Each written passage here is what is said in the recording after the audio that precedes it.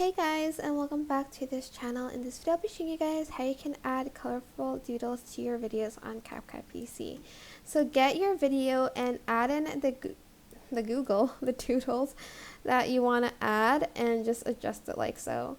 Go to basic and go to blend mode, and you are either just going to choose overlay or the linear burn one. It is up to you which one you want to use for your image. If you want the picture of the girl to be on top, just right click copy, right click paste on top of the other video, go to cutout and select auto cutout and remove it. But yeah, that is basically it. I hope this tutorial was helpful for you guys. Don't forget to like, comment, share, and also subscribe to this channel if you haven't done that already. If you have any questions, just leave it in the comment section down below and I'll try my best to answer them all for you guys. And if you found this video helpful, please click the thanks button above the description box down below. Thank you so much for watching. Bye!